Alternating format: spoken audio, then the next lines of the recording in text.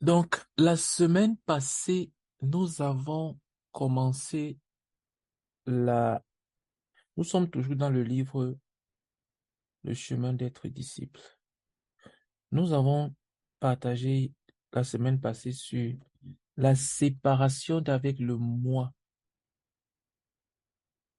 Nous avons vu les manifestations du moi, l'admiration de soi, la publicité de soi, la félicitation de soi, l'amour de soi.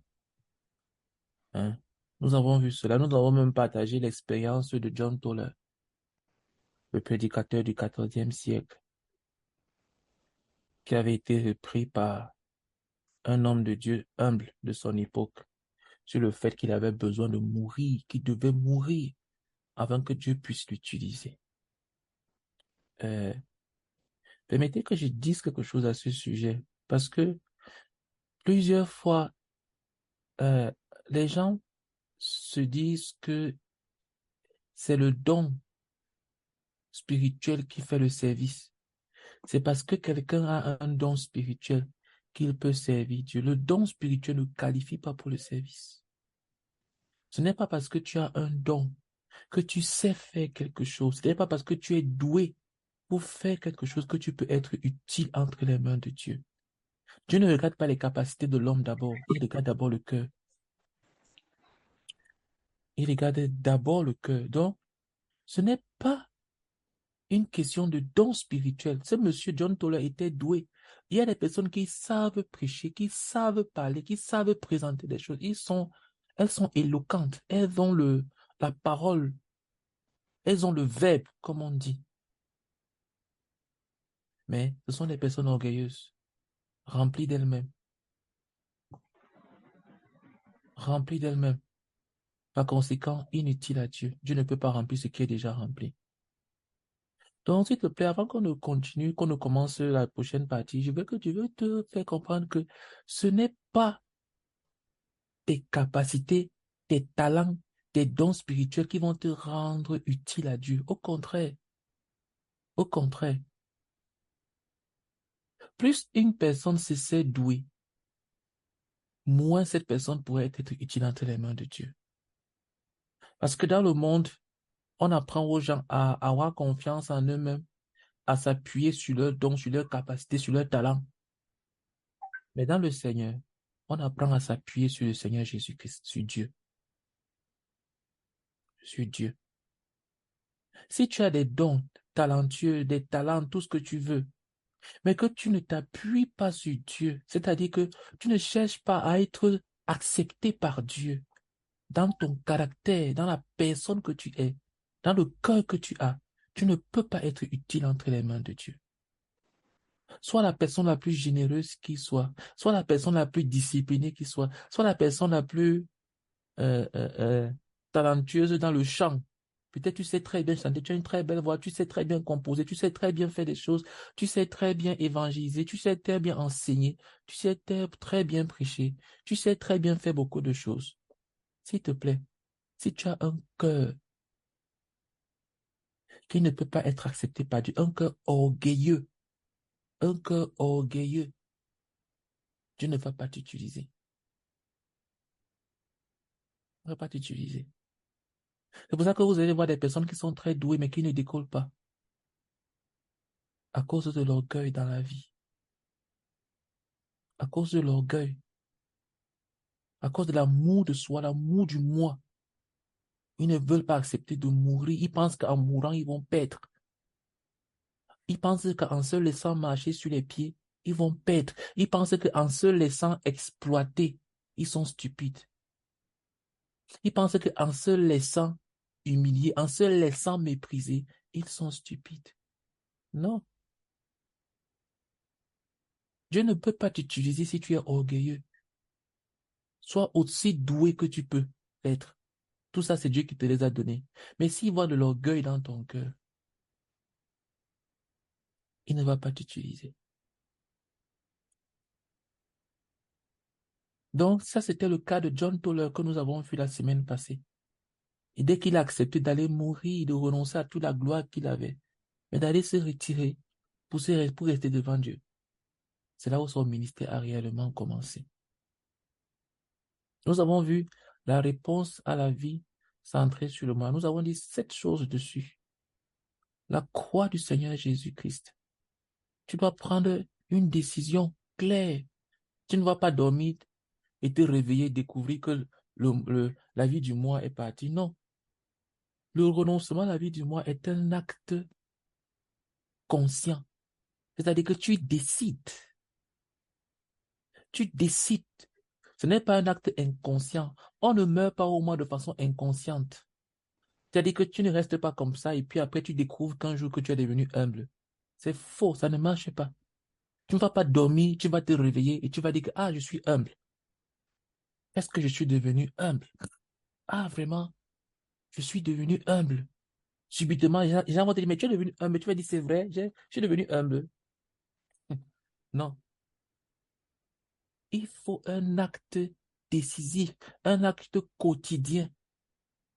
Tu dois prendre la décision de mourir au moins, de renoncer à tes droits, à tes privilèges, d'accepter consciemment d'être méprisé, d'accepter consciemment d'être exploité, d'accepter consciemment d'être utilisé par les gens et être jeté comme une vieille chaussette. Tu dois l'accepter consciemment. Si on t'exploite sans que tu ne le saches, ça ne va pas t'aider. Si on te méprise et que tu ne sais même pas, ça ne va pas t'aider. Si on te méprise et que tu te défends, tu te justifies, ça ne va pas t'aider. Tu dois prendre un acte conscient quotidien. Tu dois vérifier tes motifs, renoncer à la recherche de la gloire, de t'auto-glorifier, hein, de t'auto-élever par l'exposition de tes capacités, de tes grandes réalisations. Combien est-ce que tu es grand? Tu dois refuser d'exposer les grandes choses dans ta vie. Non pas que tu ne veux pas rendre gloire à Dieu, non, mais que tu ne veux pas t'élever. Quand tu sens que telle chose va plus t'élever que de donner la gloire à Dieu, tais-toi, tais-toi. Mais expose tes défauts. N'aie pas peur de te dire clairement quelles sont tes erreurs. N'aie pas peur. Si tu as peur, tu te dis que non, si j'expose mes défauts, on va, on va, on va me mépriser davantage. Ça veut dire que le respect que les gens ont pour toi ne vient donc pas de Dieu. Ça vient de l'image que tu leur donnes. Ce n'est pas Dieu qui a mis ça dans leur cœur. Écoute, ce que Dieu ne t'a pas donné, il n'y a aucune garantie de conservation. Tout ce que tu possèdes, c'est ce que Dieu t'a donné. Et que personne ne peut t'enlever, sauf toi qui peux les perdre. Mais si le respect que tu as des autres, l'admiration que tu as des autres, ça vient de toi-même, de tes propres agissements, ça veut dire que tu vas finir par travailler plutôt sur ton image et non sur ta relation avec Dieu. Mais si le respect que tu as des autres, si le respect que les autres te donnent, si le respect que les gens ont pour toi, ça vient de l'image que tu leur as donnée, parce que tu as passé ton temps à exposer les grandes choses, tes forces, et à cacher tes défauts. Et ils t'ont vu comme quelqu'un d'invincible. Le jour où ils vont te découvrir, tu vas passer ta vie à vouloir conserver une image. Et c'est ce qui arrive souvent aux gens, ils commencent à vivre dans l'hypocrisie. Ils sont souriants même quand ils sont en train de pleurer dans le cœur.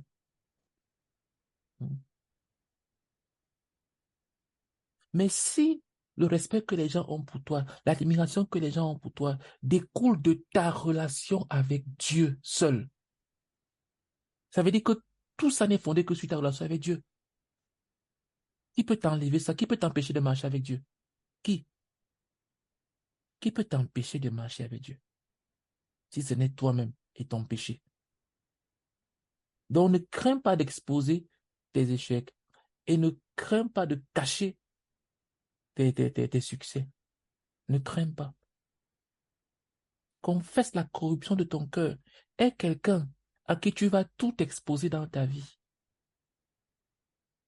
Aie quelqu'un qui peut te dire stop et tu t'arrêtes.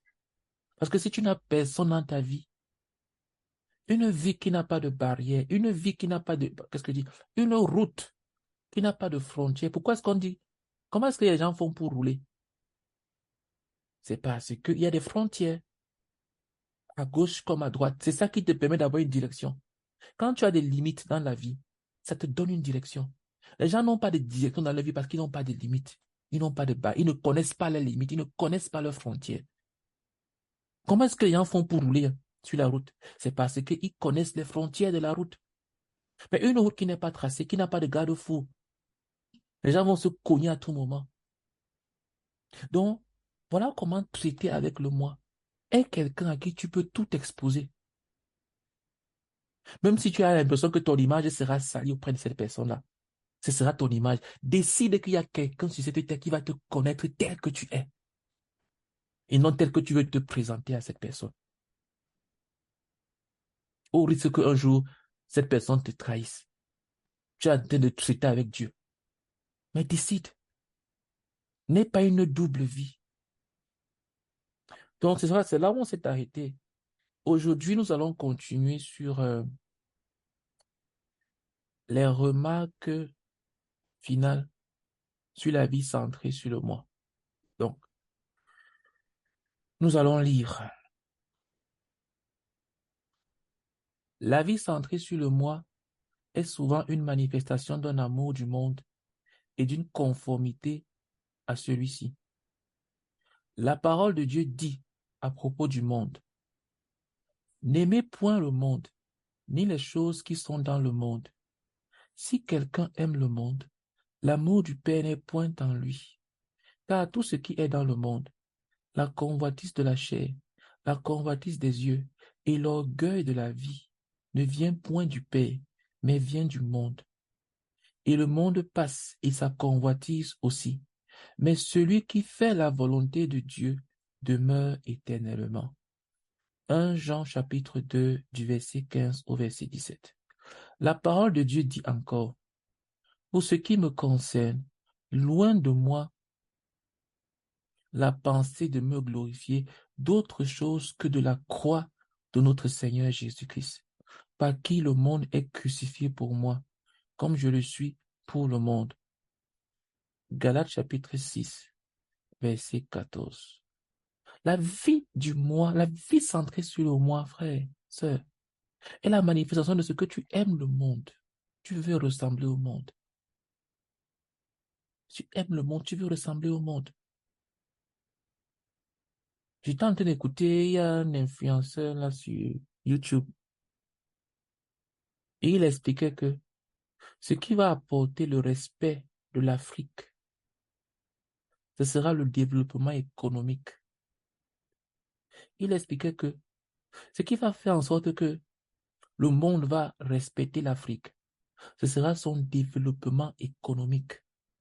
Quand l'Afrique va se réveiller, quand on va avoir des grands entrepreneurs, des milliardaires, des hommes riches, quand l'Afrique sera très développée. Et il a pris l'exemple de la Chine. Il a dit que par le passé, on avait l'habitude de mépriser la Chine. Quand un truc ne fonctionnait pas bien, on dit rapidement que c'est parce que ça vient de la Chine. Ça veut dire que c'est de mauvaise qualité. Et aujourd'hui, on a du respect pour la Chine. On ne méprise plus les Chinois. Pourquoi? Parce qu'ils se sont développés, ils sont devenus la première puissance économique. Ils se sont développés, ils se sont... Et il expliquait ça. Mais la vérité, c'est que ce qui faisait la gloire du royaume d'Israël, ce qui faisait la gloire du peuple de Dieu dans l'Ancien Testament, ce n'était pas un développement économique comme au temps de Salomon, non. C'était la présence de Dieu. Dieu était parmi eux. Quand Moïse dit que ce qui fait votre gloire, c'est la présence de Dieu. Dieu marche avec vous. Ils avaient l'arche de Dieu parmi eux. Ils voyaient la présence, une représentation de Dieu. Dieu était avec eux. Quel est le peuple qui pouvait les résister? Les peuples plus nombreux, plus développés, avaient été battus par eux à la guerre. Qu'est-ce qui fait la gloire d'un peuple? C'est la présence de Dieu. C'est que Dieu est avec ce peuple-là. Ce n'est pas les richesses matérielles qui vont exalter l'Afrique. C'est faux. Ce n'est pas ça. Que personne ne vous séduise. Ce n'est pas les richesses matérielles qui vont exalter l'Afrique. Au contraire, ça va amener l'Afrique dans le trou. Ce qui exalte l'Afrique, Ce sera la présence de Dieu. C'est ça que ce monsieur, ce jeune homme ne comprend pas. C'est la présence de Dieu. Ce qui exalte quelqu'un, ce n'est pas sa veste à 600 euros, ce n'est pas sa grosse voiture Mercedes Tesla, jaune, couleur, je sais plus. Non, ce n'est pas ça qui exalte quelqu'un. Ce qui exalte quelqu'un, c'est que Dieu est avec cette personne. Et les gens voient cela. Chaque peuple savait que Dieu était avec Israël. Ils savaient. C'est pour ça qu'ils avaient peur. Ils tremblaient. Ils savaient que Dieu est avec vous. Il y a même c'est un peuple qui a dit que fuyons parce que l'Éternel combat pour eux. Dieu combat pour eux. C'est-à-dire que c'était tellement évident que Dieu était avec eux. Parce que si Dieu n'était pas là, on les frappait à tout moment. Mais les peuples-là savaient que Dieu était avec eux. Écoute, ce qui fait la gloire d'un homme, c'est l'attestation de la présence de Dieu. Pose-toi juste une seule question. Est-ce que quand les gens me regardent, ils voient que Dieu est avec moi? Quand j'interagis avec les gens, est-ce qu'ils reconnaissent la présence de Dieu? Aujourd'hui, les gens ont beaucoup de respect pour le frère Zach. Ce n'était pas parce que le frère Zach était très riche en argent. Ce n'était pas parce que le frère Zach était un homme qui avait beaucoup de voitures. C'est pas parce que c'était un grand homme d'affaires. Pourquoi est-ce que les gens ont du respect pour le frère Zach? Partout, quand quelqu'un connaît son livre, un de ses livres, il est toujours respecté. Pourquoi? Parce que les gens attestent que Dieu était avec cet homme. Voilà ce qui fait la gloire de quelqu'un. Quand tu as une vie qui est centrée sur le moi, sur le monde, tu veux ressembler au monde, tu veux qu'on te respecte pour ce que tu présentes extérieurement et non parce que les gens ont vu la gloire de Dieu sur toi. Tu es passé à côté. Tu es passé à côté. Il y a des gens qui prêchent, ah, viens au Seigneur Jésus-Christ. Et puis il faut occuper tel grand poste dans le gouvernement. Il faut occuper telle grande chose. Je vous assure, même si un chrétien devient président de la République française aujourd'hui, il ne va pas faire grand-chose. Même si tous les pays du monde étaient dirigés par des chrétiens, ils ne feront pas grand-chose. Par rapport à quelqu'un qui met ses genoux au sol et qui prie, comme Daniel l'a fait. Daniel a fait prier tout un empire. Un seul homme, Daniel, a sa vie de prière et de jeûne. Ce n'était pas parce qu'il avait de grands postes. Daniel avait de grands postes dans le gouvernement. Il était parmi les grands gouverneurs de Babylone. Mais à aucun moment on ne dit qu'il a utilisé ça pour faire prier quoi que ce soit. Non. C'était pas sa vie de prière et de jeûne. Hein? Donc la vie centrée sur moi est une manifestation de ce que tu aimes le monde. Tu veux ressembler au monde. Tu veux être conforme au monde. Tu veux qu'on te respecte pour tes attributs mondains. Ton diplôme. Tu as un master, tu es un ingénieur, tu as un doctorat. Hein? Ton argent, tu as un gros compte en banque. Tu as de grosses épargnes. Tu as une belle voiture. Hein? Tu es beau physiquement. Tu es belle physiquement. Tu es très intelligent. Hein? Des choses que les non-croyants peuvent aussi se vanter. Un non-croyant peut se vanter de ça. Quelle est la seule chose qu'un non-croyant ne peut pas se vanter? C'est de connaître Dieu. Tu te vantes des choses, tu veux qu'on te respecte, qu'on t'honore pour des choses que même un non-croyant qui ne connaît pas Dieu peut s'en vanter. On continue la lecture. Un observateur avisé de la vie écrivit: Je suis le fantôme de la richesse. À cause de moi, des hommes et des nations se sont précipités dans la destruction. À cause de moi, ils ont sacrifié le bonheur et se sont égarés du chemin de Dieu. À cause de moi, l'innocence a été trahie et l'honneur assassiné. Je ne suis qu'une ombre, mais le monde me suit comme si j'étais la lumière. Je ne suis que la poussière d'or de la terre, et les hommes me prennent pour la gloire du ciel. Permets que je m'arrête un peu un instant là, sur cette dernière phrase. Je ne suis que la poussière d'or de la terre, et les hommes me prennent pour la gloire du ciel. Les gens pensent que la gloire qui vient de Dieu, C'est dans le matériel, c'est dans la richesse. Quand Dieu t'a béni, ça veut dire que tu es riche financièrement.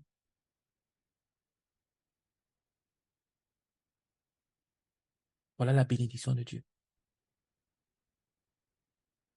Quand Dieu t'a béni, ça veut dire que tu as un gros compte en banque. Si tu deviens une fois milliardaire, ça veut dire que les Elon Musk, les Bill Gates sont plusieurs fois plus bénis sont les personnes les plus bénies au monde. C'est ce que ça signifie. Si tu es béni par rapport à ton compte bancaire, ça veut dire que tous ces milliardaires qui ne connaissent pas Dieu sont les personnes les plus bénies par Dieu. Tu es sûr qu'ils sont vraiment bénis par Dieu? Oui, ils sont bénis parce qu'ils ont de la prospérité dans leur travail. Mais quelle est la bénédiction de Dieu? La bénédiction de Dieu, c'est de te donner l'argent pour que tu finisses en enfer.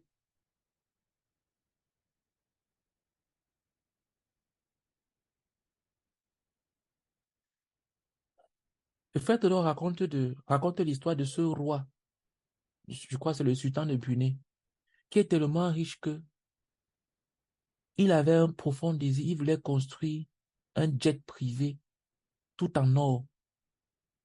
Sauf que tous les ingénieurs ont travaillé, mais ils n'ont jamais réussi à faire cela parce que l'or est trop lourd.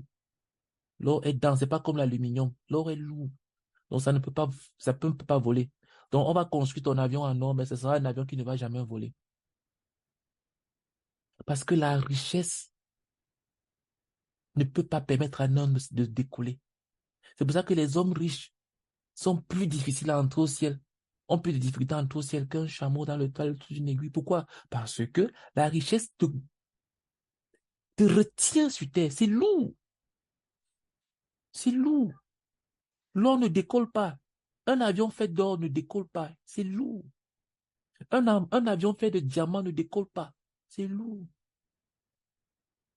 Ça va rester sur terre. Et la Bible dit que l'or, c'est comme la poussière au ciel. Donc, ce qui est de la poussière là-bas, là où les gens marchent dessus, c'est sur ça qu'ici sur terre, les gens courent après. Et remarque que l'or ne se trouve pas dans l'espace ou bien sur les arbres. Ça se trouve sous la terre, là où les gens marchent, même ici sur terre. Ça se trouve dans la poussière. Hein. On continue. Je suis le fantôme de la célébrité. Je viens avec de la musique et de douces promesses. Je flotte devant les yeux de l'homme, lui paraissant comme un ange. Je parle de triomphe et de puissance. Et des cœurs braves sont brisés pour moi. Et des esprits intelligents ont été condamnés au désespoir. Je ne suis qu'une ombre, mais le monde croit en moi comme en une substance. Je ne suis qu'un souffle et une couleur, mais les hommes me prennent pour une étoile fixée. L'amour de la célébrité, c'est un fantôme. L'amour de la célébrité, le désir d'être connu, d'être reconnu, le désir d'être remarqué, le désir qu'on entende parler de toi, qu'on se souvienne de toi, qu'on pense en toi, que tout le monde t'aime, hein, que tout le monde t'aime, que tout le monde t'aime, que tout le monde t'aime. Tu veux être connu. Si tu es quelque part, personne ne te salue. On ne prononce pas ton nom. On t'a ignoré. L'amour de la célébrité. L'amour de la célébrité. Hein. C'est comme une musique qui fait des douces promesses, mais vide. La Bible dit que tout ce qui est élevé parmi les hommes, c'est le Seigneur Jésus qui parle. Il dit que tout ce qui est élevé parmi les hommes est une abomination devant Dieu. Que personne ne te trompe. Il y a des gens qui célèbrent tel grand homme. Oui, c'est un grand homme sur terre. Peut-être. Les gens, tout le monde l'aime. Tout le monde veut s'associer à lui. Mais c'est une abomination devant Dieu. Je me souviens souvent de Nelson Mandela, qui est un grand homme, qui a fait de grandes choses, qui a eu un grand combat et qui est un homme de caractère. Mais pour moi, ce n'est pas un modèle. Je ne veux pas lui ressembler. Beaucoup de gens veulent s'associer aux gens qui ont réussi ici, dans ce monde-ci, là, qui sont grands devant le monde. quelque chose que le monde célèbre. Le monde a régné le Seigneur Jésus-Christ. Tu penses que le monde va te célébrer? Je pense que c'est parce que les hommes, c'est qu'il y a un esprit qui est derrière eux, l'esprit du monde qui s'oppose à Dieu le Père. Donc tu ne peux pas être célèbre, toi, un enfant de Dieu. C'est pour ça que les choses de Dieu, va sur YouTube, tu verras que les choses les plus profondes, les messages les plus profonds sont très peu connus, très peu écoutés. Mais les messages où les gens m'ont dit des bonnes choses, on va t'encourager, on va te dire comment tu es une merveille, on va te dire comment il faut que tu fasses beaucoup d'argent, on va te dire comment est-ce que tu dois avoir une bonne vie, on va te dire comment est-ce qu'il faut que tu sois riche. Va voir combien de vues ça fait. Comment est-ce que les gens célèbrent, combien de likes. Mais les messages qui vont te dire à quel point tu es un pécheur, tu dois te repentir de ton péché, à quel point tu dois te soumettre à Dieu et obéir à la volonté de Dieu. Ça, les gens ne veulent pas regarder. Ils ne sont pas intéressés par ça. L'amour de la célébrité. On continue. Je suis le fantôme de l'orgueil. Pour moi, l'humanité gravit la hauteur de l'ambition. Pour moi, des rois et des reines occupent des trônes inconfortables et s'entourent d'apparats et de panoplies. Pour moi, les hommes mentent, trichent et font du mal à leurs voisins. Pour moi, les foyers qui devaient être heureux sont détruits. Pour moi, de fausses lois sont établies et le mal semble conquérir le bien.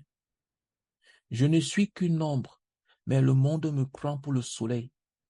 Je ne suis qu'une étincelle passagère, mais les hommes me prennent pour le jour parfait. Oh, l'orgueil, l'orgueil. Il n'y a qu'un seul péché. Dieu déteste tous les péchés. Mais il y a un seul péché où la Bible précise que Dieu résiste à ça, c'est-à-dire que Dieu se lève contre ça. L'orgueil, l'orgueil, l'orgueil, le péché de Satan. Satan n'a pas péché parce qu'il a commis l'adultère, la fornication, la masturbation, la pornographie. Satan n'a pas péché parce qu'il a volé, il a triché, il a fait non. Il a péché parce qu'il s'est élevé dans son cœur. Il s'est élevé dans son cœur. Voilà le péché de Satan. La chose que les hommes détestent chez les autres. L'orgueil, c'est le péché que les gens détestent le plus chez les autres et admettent le plus à l'intérieur d'eux-mêmes. Tu vas voir quelqu'un dire que vraiment, je déteste l'orgueil de cette personne. Elle est orgueilleuse, il est orgueilleux. Mais, en lui-même, il est beaucoup plus tendre. C'est l'un des rares péchés où les gens n'en ont pas vraiment honte. Combien de fois quelqu'un se repent de l'orgueil? Si quelqu'un commet la fornication, ou bien la pornographie, ou bien le vol, le mensonge, il va demander pardon, son cœur sera touché. Mais quand tu as eu du mépris envers quelqu'un, combien de fois tu t'arrêtes devant Dieu pour dire, Seigneur, je me repens. J'ai été orgueilleux. J'ai refusé ce réprimande. J'ai refusé ce reproche. Je me suis défendu. Je me suis justifié. Je me suis senti blessé pendant cette critique. Combien de fois? Le péché de Satan. Les gens se battent pour occuper des places parce qu'ils veulent dominer sur les autres. Les gens mentent, ils trichent, ils font du mal parce qu'ils ne veulent pas être rabaissés. Ils ne veulent pas se laisser marcher dessus. Comment tu peux te laisser marcher dessus? Hein? Défends-toi. Comment tu peux te laisser mépriser comme ça? Quand même, défends-toi. Hmm? L'orgueil. Dieu résiste aux orgueilleux.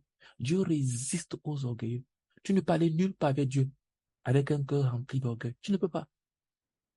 La première chose que Dieu traite à un homme, c'est son orgueil. Et la vérité, c'est que c'est une école qui ne finit pas. On ne sort jamais diplômé de l'école de la mort au moi, de la mort à l'orgueil. Aucun homme ne va dire que je suis arrivé, je ne suis plus orgueilleux. Ça n'existe pas.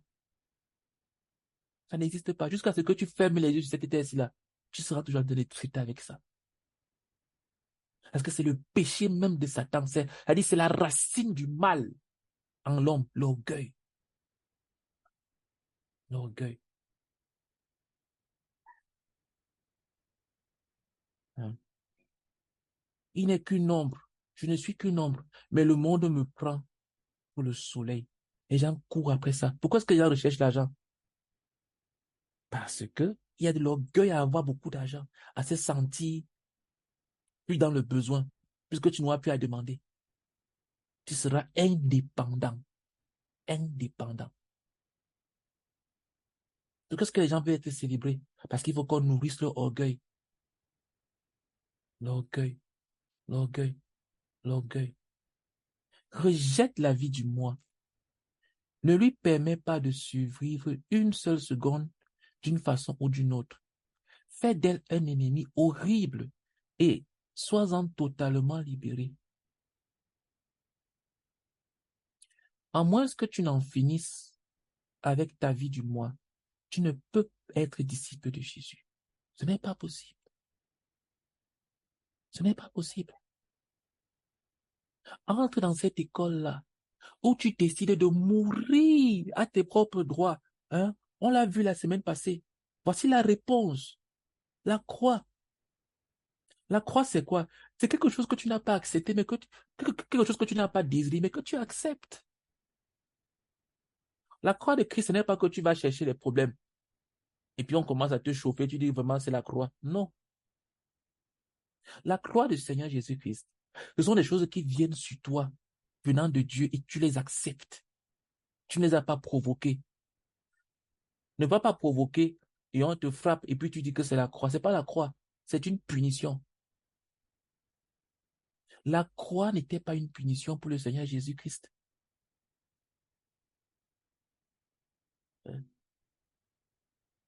C'était pas une punition pour le Seigneur Jésus-Christ. Vis comme un homme crucifié, c'est-à-dire comme un homme qui n'a même pas de droit, comme une serpillère. Je pensais encore à ça aujourd'hui. Comment est-ce que chaque fois que les gens s'en prenaient à Moïse, c'est Dieu qui venait, comme on dit, faire son palabre. Allez lire. Chaque fois que quelqu'un descendait pour parler contre Moïse, qu'est-ce que Moïse faisait? Il se prosternait seulement pour dire que, ok, j'accepte ton leadership. C'est ce que la Bible dit. Que chaque fois que quelqu'un venait s'en prendre à Moïse, Moïse se prosternait. Il ne répondait pas, il ne se défendait pas. Moïse qui voyait Dieu se prosternait. C'est Dieu qui venait donc faire son palabre.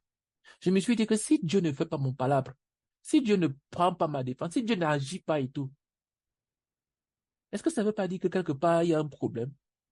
Si Dieu n'agit pas, pourquoi moi je devrais agir? Si Dieu ne me défend pas, pourquoi moi je devrais me défendre? Pourquoi? Si Dieu ne me justifie pas, pourquoi je devrais me justifier?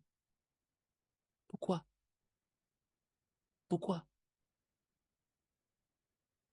Pourquoi? Hein? Pourquoi? La croix, la croix. Une vie de renoncement conscient, volontaire.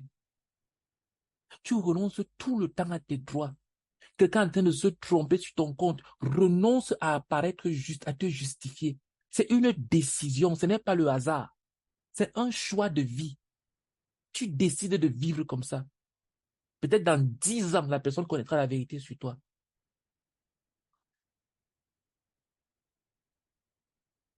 Renonce, renonce, renonce. Renonce à ce que les gens aient une opinion de toi que ce n'est pas Dieu qui a mis en eux. Renonce à cela. Renonce. Hein. Vérifie tes motifs et renonce à t'auto-exalter. Renonce, renonce, renonce, renonce, renonce. Prends ça comme un choix de vie. Je refuse de je refuse de m'expliquer tout le temps. Quand on ne me l'a pas demandé, si on me demande de me justifier, je vais me justifier, je vais expliquer. Mais si quelqu'un commence à m'accuser tout de suite, je le laisse continuer à son accusation. Mais s'il me pose une question, est-ce que tu es le fils de Dieu? Ou bien s'il pose la question avec tendance, parce qu'il y a des questions qui ne sont pas des questions en réalité. Il y a des questions qui sont des questions pièges. Et c'est souvent très évident. Mais si quelqu'un te demande les choses franchement, ne dis pas que non, non, non, je vais le laisser dans le flou. Non. Il y a des personnes qui te posent des questions franchement. Réponds à la question que l'on te pose. Je ne suis pas en train de dire il faut plus expliquer les choses. Non. Ce que je suis en train de dire, c'est de renoncer à courir après une image, après une vie de justification, à courir après ton droit, après tes droits. Retiens cette phrase-ci-là. Si Dieu ne fait pas ton palabre, pourquoi est-ce que toi, tu devrais te défendre? Laisse Dieu te défendre. Laisse Dieu te défendre. Quand Joseph a voulu se défendre en Égypte, quand on l'a accusé faussement et qu'on l'a jeté en prison, quand il a voulu se défendre, il a demandé euh, à les chansons du roi. Souviens-toi de moi, parle au roi. On m'a jeté ici injustement. Dieu a ajouté 2 ans. Dieu l'a laissé là-bas pendant 2 ans encore. Peut-être le fait que tu passes autant à te justifier, c'est pour ça que ça garde les problèmes, les difficultés dans ta vie. Peut-être que le fait que tu passes ton temps, tu insistes tellement pour pouvoir avoir tes droits. Peut-être que c'est pour ça que tu continues à avoir des problèmes.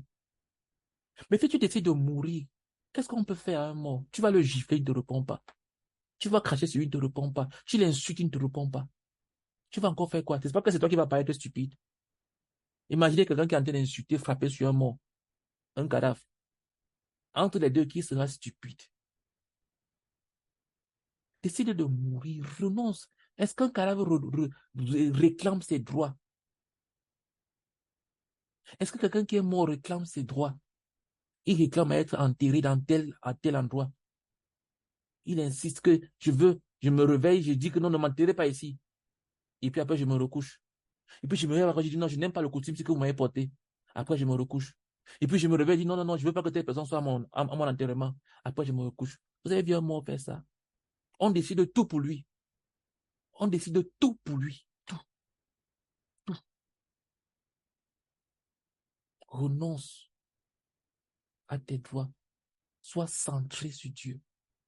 Sois centré sur Dieu. Sois centré sur le Seigneur. Inscris-toi à cette école et sache que tu n'en sortiras jamais. Ne dis pas que non, ma vie de renoncement au mois est terminée. J'ai été diplômé. Ça fait 1 mois, ça fait 1 semaine, ça fait 1 an. Non, c'est une vie pour toujours. On n'en sort pas. Mais c'est la vie de gloire. C'est la vie d'exaltation. C'est la vie de la présence même de Dieu. C'est la vie du contenu en Dieu. Et ceux qui ont du mépris pour toi, qui te traitent n'importe comment, ils vont voir la gloire de Dieu sur toi. Ils le verront. Mais ça va te faire souffrir. C'est une vie de douleur. C'est pas une vie de, de, de, de sucré. Non. C'est une vie de douleur. Pas de douleur physique, de douleur intérieure. Et les douleurs intérieures font beaucoup plus mal que la douleur physique. C'est une vie de douleur constante. Mais c'est une vie de la présence de Dieu. Tu auras mal d'être incompris. Tu auras mal d'être méprisé. Tu auras mal d'être maltraité. Tu auras mal que l'on viole ton droit. Tu auras mal d'être exploité. Ça va te faire mal. Mais la présence de Dieu sera avec toi. Et ça vaut plus que tout. Dès que tu tousses, Dieu a déjà agi. Les gens ne comprendront pas pourquoi est-ce que tout ce que tu demandes, tout ce que tu dis, les gens sont touchés, les gens reçoivent le ministère. Une personne dit la même chose que toi. Ça glisse comme l'eau sur les plumes du canard. Mais toi, tu dis la même chose. Et les gens reçoivent le ministère. Les gens touchent Dieu quand ils sont dans ta présence. Voilà la contrepartie de ça. Tu ne peux pas avoir les deux. Tu ne peux pas avoir la gloire du monde et avoir la présence de Dieu. Tu ne peux pas avoir les deux. Tu ne peux pas avoir les deux.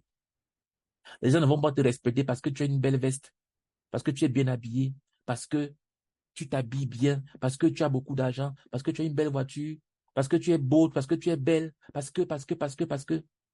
Et en même temps, voir la gloire de Dieu sur toi. C'est faux. Ils vont voir la gloire de Dieu sur toi et c'est ce qu'ils verront. Et la gloire de Dieu sur toi va éblouir tout le reste de ta vie. Parce que si Dieu brille en toi, toutes ces choses-là seront là. Tu seras lumineux. Même physiquement, tu seras attrayant. Quelqu'un qui a la gloire de Dieu sur lui, il est attrayant. La Bible dit que le visage de Étienne, pardon, j'ai dit ça en anglais. Le visage de Étienne dans la Bible, le premier martyr. La Bible dit que ses persécuteurs, quand ils le regardaient, va lire Actes des Apôtres. Quand ils regardaient Étienne, la Bible dit que son visage leur parut comme un ange. Pourquoi? Parce que Étienne est en train de voir le ciel ouvert. Et la gloire de Dieu était sur lui. Quand Moïse est parti passer tout ce temps dans la présence de Dieu, son visage rayonnait. Je t'assure, quand tu as la présence de Dieu, toutes ces choses seront là, les choses que les gens admirent là. Comment tu es ci, si tu es cela, mais sans Dieu. Mais quand tu as Dieu, toutes ces choses seront là. Tu peux même t'habiller comme Jean-Baptiste, mais tout le monde viendra à toi. Tu peux t'habiller avec un habit de peau d'animal, avec une ceinture, avec des cheveux ébouriffés sur la tête que tu n'as jamais coupé. Mais les gens viendront à toi. Tu peux te nourrir des insectes, du miel, des trucs sauvages, marcher à pied, ne pas être véhiculé. Mais les gens sauront que tu as Dieu. Et quand ils voudront toucher Dieu, ils viendront à toi.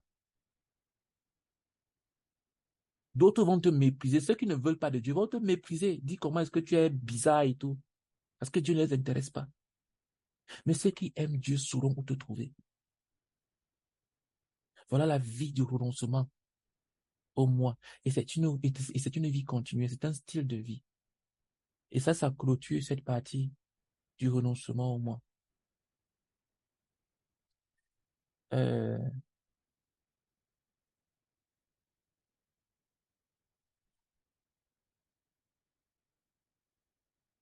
Est-ce qu'on va commencer la souffrance, la croix personnelle? Avant de, bon, avant de lire cette partie, je veux d'abord qu'on prie. Je sais pas si ça vaut la peine de lire ça. Je n'aime pas toucher deux choses en même temps comme ça. Je n'aime pas toucher deux choses en même temps. Non, on ne va pas le lire. Je voulais qu'on prie le reste du temps, si jusqu'à 21 heures, on va prier. Euh, je voulais qu'on prie. Je veux que tu t'inscrives. S'il te plaît, inscris-toi à la vie du renoncement au moi. Renonce à tes droits, s'il te plaît. Et regarde à Dieu. Décide de mener une vie centrée sur Dieu. Si Dieu ne vient pas te défendre, ne te défends pas. Si Dieu ne rappelle pas, il y a un jeune homme qu'on appelait Hudson Taylor. Il travaillait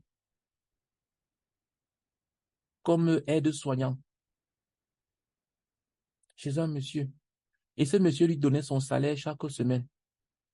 Et il était locataire dans un B&B de l'époque du 19e siècle. Il était locataire chez une femme, dans une des chambres d'une femme qui avait plusieurs enfants, une veuve. Enfin, elle n'était pas veuve, son mari était parti travailler à distance. Elle était toute seule. Et il payait son loyer chaque semaine avec ce que son patron lui donnait. Mais ce jeune homme-là, qui était un croyant, avait pris la résolution de ne jamais plus venir réclamer son salaire, de rappeler. Oh, ce monsieur, son patron avait dit que je veux que tu me rappelles parce que comme on est occupé ici en entreprise, parfois j'oublie, je peux oublier de te payer.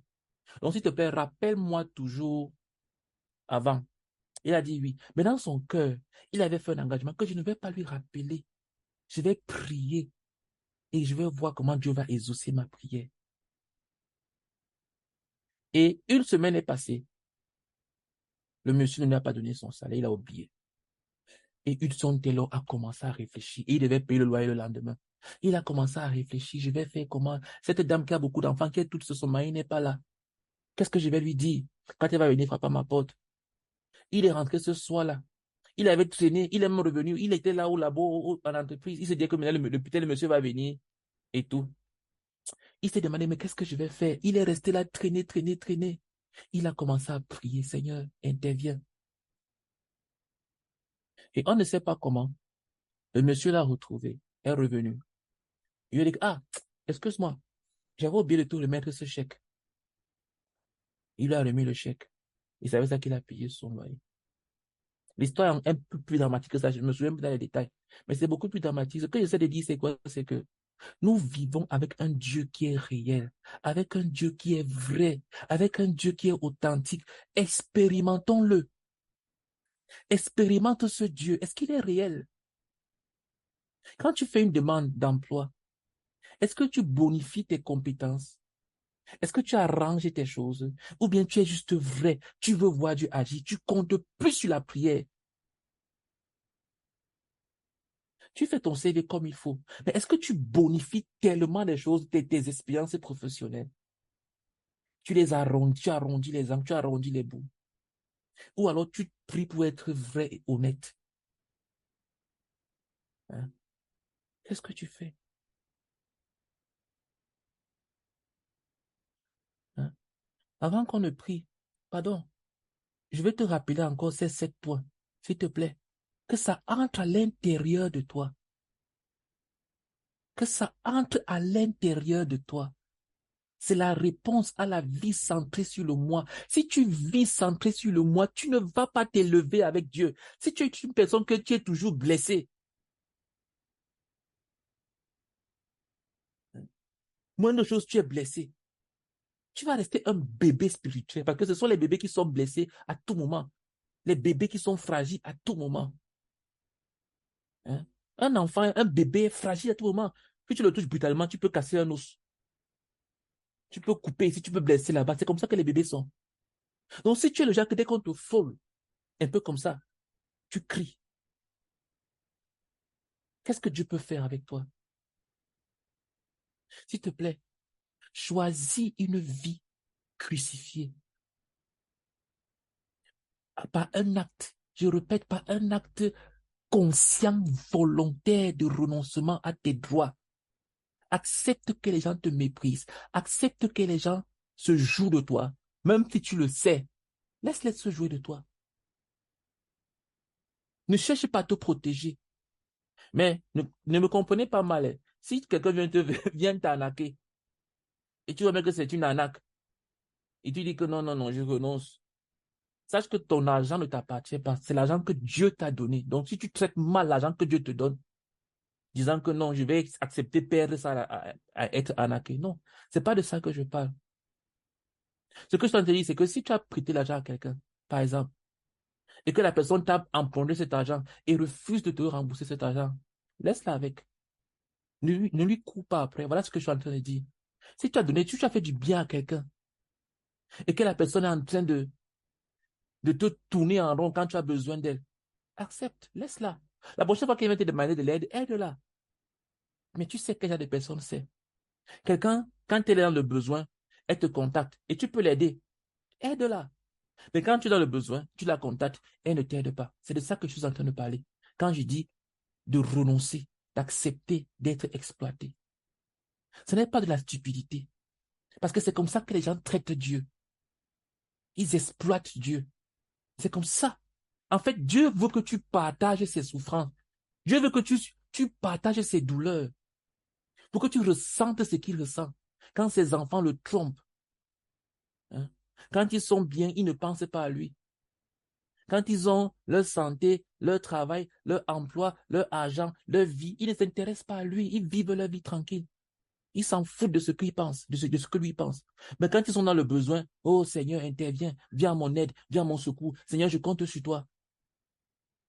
Voilà comment les gens traitent Dieu, ses propres enfants. Dieu veut que tu goûtes ça pour que tu puisses le comprendre. Et que tu comprends Dieu, vous allez vous comprendre, vous allez être plus proche. Et il pourra te parler parce qu'il sait que tu vas le comprendre. Quand Dieu va voir comment tu supportes être exploité, il va savoir que tu peux le comprendre. Sans te justifier, parce que Dieu ne reprend pas ses enfants. Quand tu fais tous ces bêtises-là, tu ignores Dieu quand tout va bien. Quand tout va mal, tu te souviens de lui. Est-ce que Dieu ne vient pas à ton aide? Il t'aide, non? Il t'aide. Est-ce qu'il te rappelle même que tu te souviens? Il t'aide. Mais si toi, tu dois toujours rappeler à quelqu'un tout ce que tu lui as fait avant de l'aider et lui montrer à quel point est-ce qu'il est ingrat, tu ne vas pas connaître Dieu. Et la présence de Dieu ne va pas descendre sur toi. Et tu vas vivre une vie chrétienne sans saveur, insipide. Une vie chrétienne fade, vide, non sucrée, non trépidante, non pétillante. Ta vie chrétienne ne sera pas sucrée. C'est pour ça que tu vas t'ennuyer et tu vas perdre ton premier amour. Mais quand tu vas faire les choses à cause du nom de Dieu, quand tu vas aider les frères, aider telle personne à cause du nom de Dieu, quand tu vas accepter de te faire exploiter, de te faire... euh, euh, euh, on t'insulte au bureau, on te traite d'une certaine manière, à cause du nom de Dieu, pas parce que tu es paresseux. Mais les gens te font des choses parce qu'ils savent que tu ne vas pas réagir. Moi, je me souviens, mes camarades de classe m'insultaient. Mais si j'osais me défendre, ils étaient choqués. Que, hey, un enfant de Dieu fait ça. Mais eux, ils avaient le droit de m'insulter comme ils voulaient. Mais si j'osais me défendre, ils étaient scandalisés. Je n'avais pas le droit de me défendre. Donc, si tu es maltraité ou quoi que ce soit, ne réclame pas tes droits à cause du nom de Dieu. Mais si tu as prêté de l'argent à quelqu'un, si tu as fait un don à quelqu'un, si tu as fait quelque chose à quelqu'un, je ne suis pas en train de dire que non, ce que tu as donné à quelqu'un qui devait te remettre, la laisse là avec. Non, demande-lui. Mais s'il refuse ou bien s'il te tourne, ne t'arrête pas dessus. Tu vaux plus que ça. Ne commence pas à remplir ton cœur d'amertume. Hein? Elle a pris ma chaussure, elle m'a pas remis. Elle a pris ma perruque, je ne sais pas ce que les femmes partagent souvent là. Elle a pris telle chose, elle m'a pas remis. Vraiment. Elle a fait ceci, elle a fait cela. Vraiment, elle n'est pas sérieuse. Je l'attends ici la prochaine fois. La prochaine fois, si elle vient, donne-lui. Donne-lui. Laisse-la croire.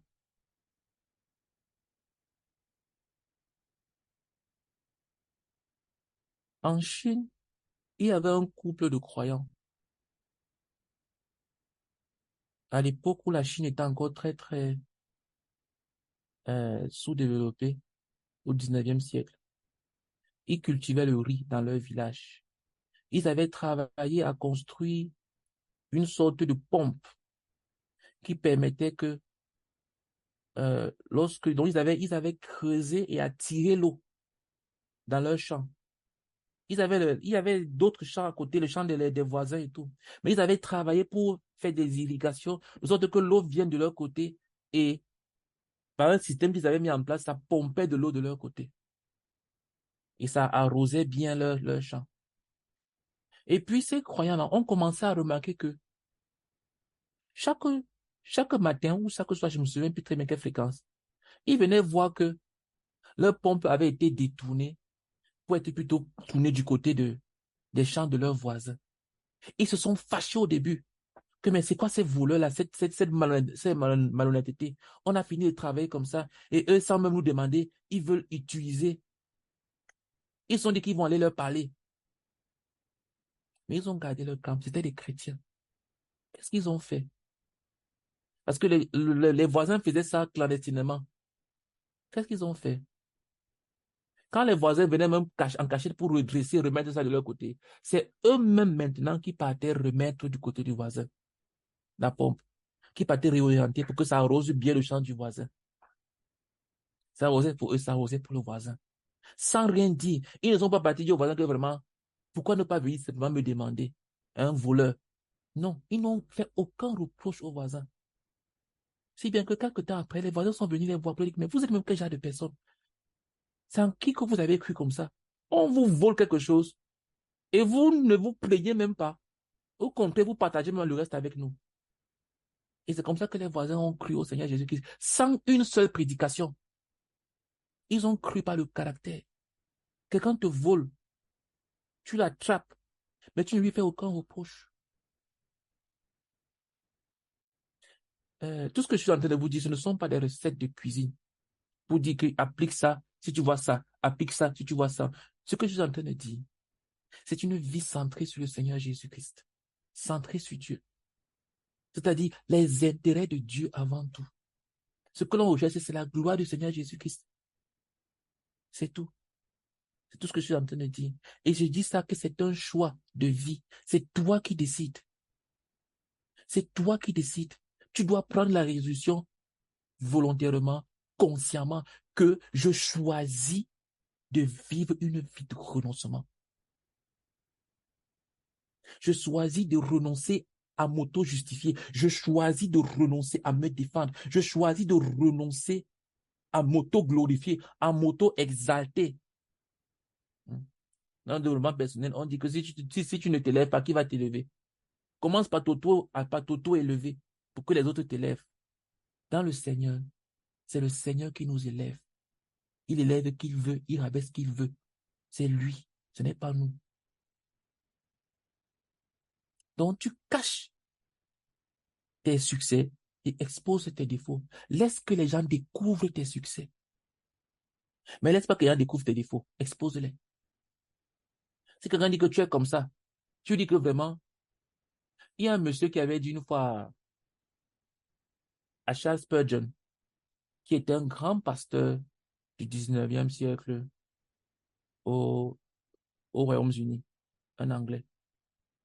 Un monsieur était venu lui dire, mais vraiment, vous là, vous n'êtes pas un pasteur sérieux, vous êtes trop léger. Il demande pourquoi. Il dit, mais parce que vous riez trop. Vous riez trop. C'est quel genre de pasteur qui est toujours en train de rire comme ça, de faire des blagues, de faire des gens rire, rire, rire, rire. Tu es trop superficiel. Et si Spurgeon lui a répondu que si tu savais seulement la quantité de rire même que je garde à l'intérieur, que je ne dis même pas, tu allais seulement mourir.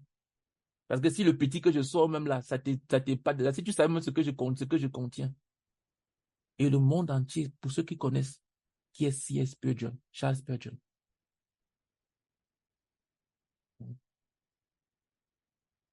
Donc, s'il te plaît, n'aie pas peur que tes défauts soient exposés. Expose-les. Quelqu'un te dit que tu es comme ça, dis-lui que vraiment tu n'as même pas bien vu, je suis même pire que ça. Ne dis pas ça de façon désinvolte pour te moquer. Watchman disait qu'il ne répond jamais aux critiques parce qu'il s'est dit qu'il y a quelques vérités à l'intérieur.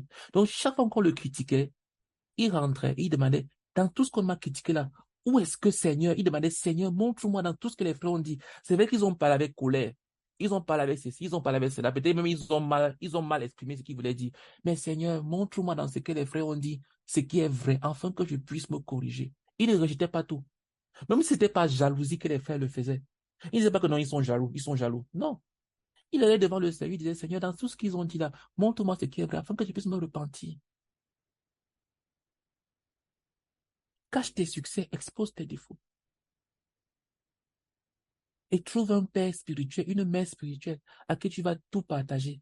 Tout, tout partager. N'aie pas une double vie. Que les gens te regardent et qui pensent, ah, donc tu fais ça aussi ça. Non.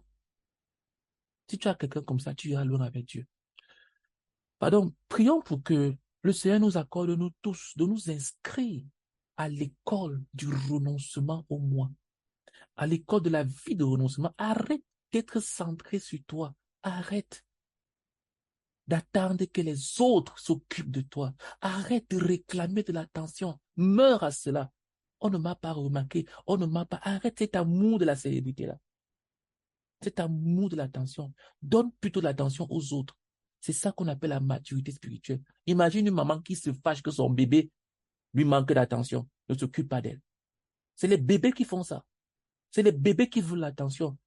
Sois mûr, grandis, élève-toi.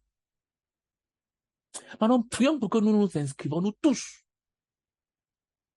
à l'école de la mort au moi, à l'école du renoncement à la vie du moi. Prions ensemble. Père éternel, nous te supplions. Père Oh céleste, Seigneur, je te supplie. chacun d'entre nous, Seigneur Dieu, et accorde-nous, Seigneur éternel, de nous inscrire, nous tous, Oh Seigneur, oh Seigneur, à l'école de la mort au moi, Seigneur, à chacun de à nous. l'école de la vie du renoncement au moi. Oh Seigneur, Dieu, que nous S'il soyons te plaît, que nous tous nous inscrivions à cette vie-là, Seigneur. Au nom du Seigneur Jésus-Christ. Amen. Pardon, prions afin que, prie pour toi, prie afin que tu prennes une décision consciente, volontaire, de renoncer à t'auto-justifier. Je vais dire, que ce ne soit pas inconscient, dis que je décide que maintenant, je renonce, Seigneur, si tu ne me justifies pas, c'est que ce n'est pas le moment. Ou bien ce n'est même pas important. Quand Jésus-Christ a été ressuscité, est-ce qu'il a couru aller se montrer aux pharisiens pour dire, regardez, vous avez cru que vous m'avez fait du mal, me voici. Jésus a fait ça. Il a couru pour aller se montrer aux pharisiens pour dire que regardez. Ou alors aller chez, il s'appelle comment, chez Ponce Pilate, pour dire, oh, regarde-moi le lâche-ci là. Tu pensais m'avoir fini avec moi. Ou bien aller chez Hérode. Ou bien aller chez Caïphe. Pour dire que regardez, me voici. Vous pensez que vous m'avez. Est-ce qu'il n'a pas laissé que la rumeur sur le fait que ses disciples avaient volé son corps, il n'a pas laissé ça. Est-ce qu'il a eu besoin de se justifier? Est-ce qu'il est parti au temple pour dire que regardez-moi, pourquoi est-ce que vous n'avez pas cru en moi? Imaginez, s'il faisait ça, est-ce pas qu'on peut dire que logiquement les gens auraient cru beaucoup plus? Est-ce que ça n'allait pas faciliter le travail des apôtres? N'est-ce pas que les gens allaient dire, mais c'est pas le Jésus qu'on a tué ici, là. Ça veut dire qu'il est vraiment le Fils de Dieu. Mais on l'a vu mourir, mais on le voit debout. Ça veut dire que c'était vraiment, donc ce qu'il disait était vrai. Est-ce que Jésus-Christ a fait ça? Est-ce qu'il a voulu se justifier, se défendre, se prouver quelque chose? Non, ce n'était pas ce que son Père voulait. Il était centré sur son Père. Est-ce que ça empêche que son œuvre est en train de grandir? Pardon, prie pour que tu prennes la résolution de ne plus t'auto-justifier. Arrête de t'auto-défendre. Prions ensemble. Seigneur, je prie afin que tu visites chacun d'entre nous. Oh Dieu Tout-Puissant, afin que nous nous inscrivions à la décision de ne plus nous justifier nous-mêmes, de s'auto-justifier. Oh Seigneur éternel, je renonce à cette vie d'auto-justification. Je renonce à cette vie d'auto-justification, de vouloir toujours me défendre, de vouloir réclamer. Oh Seigneur éternel, je renonce à cela, Seigneur. Au nom de Jésus-Christ, Amen. Pardon, prie pour que tu t'engages à une vie de renonciation à tes droits. À tes droits. Si un non-croyant, quelqu'un qui ne croit pas en Dieu, te fait du mal, te vole, qu'est-ce que tu fais? Tu vas porter plainte, tu le mets en prison. Et après, tu lui prêches l'évangile à partir de la prison. Tu fais comment? Si tu es victime d'une arnaque, quelqu'un t'a volé de l'argent, ou bien t'a fait quelque chose, et c'est un non-croyant, un non-chrétien, qu'est-ce que tu fais? Tu l'amènes au tribunal et tu portes plainte pour qu'on l'enferme. C'est le droit. Et je pense qu'on a même des avocats parmi nous, enfin, des aspirants avocats. Qu'est-ce que tu fais? Tu l'enfermes, tu pars prendre un avocat pour défendre ton droit. Écoute, la première chose que tu fais, c'est que tu vas devant Dieu. C'est ce que je suis en train de dire. Tu vas devant Dieu. Réclame tes droits devant Dieu. Parle avec Dieu. Dépose cela à ses pieds et vois comment il te conduit, vois comment il agit. C'est ce que je suis en train de dire. Si tu as été blessé, maltraité, fait tout ce qui ne va pas, ne pas confronter la personne qui t'a fait ça, ce coupable-là. Va d'abord devant Dieu. C'est ce que je suis en train de dire. Va d'abord devant Dieu et vois ce que Dieu, comment Dieu va te conduire. Va ouvrir, va déverser ton cœur devant Dieu et vois comment Dieu va traiter avec toi. Quand David a été confronté par rapport à son adultère, est-ce qu'il a couru devant le père de Bathsheba? Beaucoup de gens ne savent pas que Achitophel, qui a trahi David après, avec Absalom, était le grand-père de Bathsheba. Il a commencé à être assez fâché à cause de ce que David avait fait à son beau petit-fils. Et le père de Bathsheba était un homme vaillant de David. Donc Bathsheba était une petite fille pour David. Parce que son père était dans l'armée de David et c'était un homme vaillant, un grand soldat de l'armée. Donc David avait fait un grand mal. Mais quand il a été confronté, qu'est-ce qu'il a fait? La Bible dit qu'il est parti se jeter au sol. Quand l'enfant est tombé, quand on l'a confronté, priant, se repentant, devant qui? Devant Dieu. Et qu'est-ce qu'il a dit? Il a dit, j'ai péché contre toi seul. Ce n'est pas qu'il méprisait les autres, mais c'est qu'il a d'abord dû traiter avec Dieu.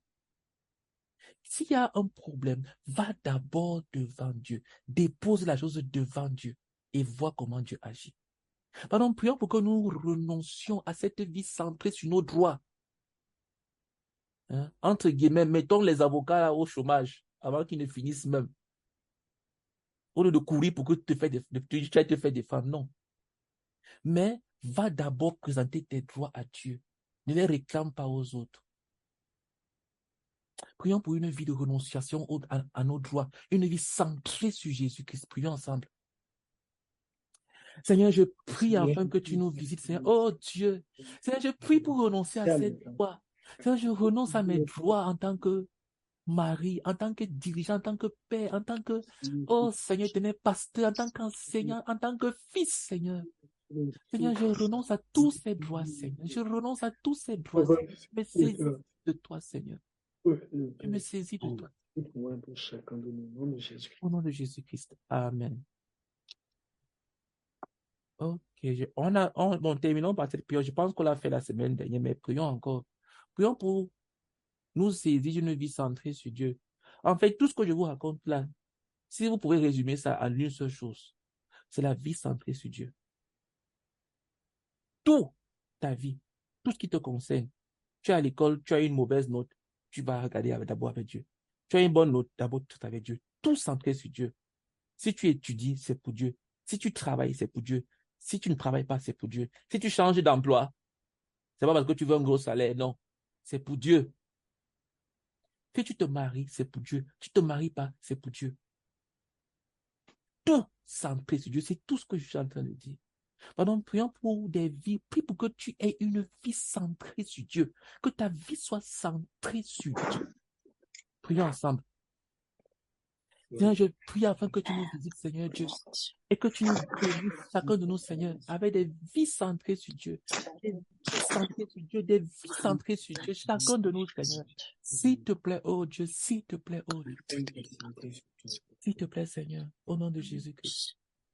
Amen. Gloire à Dieu. On va s'arrêter là. La prochaine fois, nous allons parler de la souffrance. Nous allons parler de la souffrance qui résulte de la croix, pas la souffrance qui est due à la punition. Non, mais la souffrance qui résulte de la croix, le fait de porter, parce que tout ce que je vous ai dit là, c'est une vie de souffrance. Quand tu vas renoncer à tes droits, à t'auto-justifier, ça va te faire mal. Donc, nous allons voir la semaine prochaine comment gérer cette vie-là. Comment gérer cette douleur-là, la vie de souffrance. Comment souffrir dans la joie. Parce que si tu passes cette vie-là et que tu as ton visage est toujours attaché, bizarrement, bon, franchement, tu n'honores pas Jésus-Christ. Et imagine, quelqu'un vient te voir, quelqu'un t'aide mais avec le visage attaché. Tu vas prendre cette aide-là. Tu demandes l'aide à quelqu'un, il t'aide, mais son visage est attaché, son visage est triste, il te montre que vraiment, l'aide qu'il t'apporte là, ça lui fait mal. Tu vas te réjouir de ce genre d'aide-là. Non. Donc, on va voir la semaine prochaine comment gérer cela. Une souffrance, mais gardant la joie. Gloire à Dieu. Bénissons le Seigneur pour ce moment de partage. Et prions pour qu'il nous amène la semaine prochaine encore. Prions. Seigneur, nous te bénissons, nous te rendons grâce, Père éternel, pour ce moment de partage. Merci grandement pour le nombre que nous étions, Seigneur. Et ramène-nous sains et saufs, Père, la semaine prochaine encore, à nous connecter. Au nom du Seigneur Jésus-Christ. Amen. Amen. Que le Seigneur bénisse chacun d'entre vous. Amen. Merci. Bonne soirée, Kofi. Bonne soirée, Safia. Bonne soirée, Erwin. Bonne soirée, Patricia. Bonne soirée. Bonne soirée à tous. ME. Bonne soirée, Giswaf. Bonne soirée. Grand Giswaf. Monsieur Kofi. Ok, Oui. bye bye, oh, bye bye, je me déconnecte. Bye bye.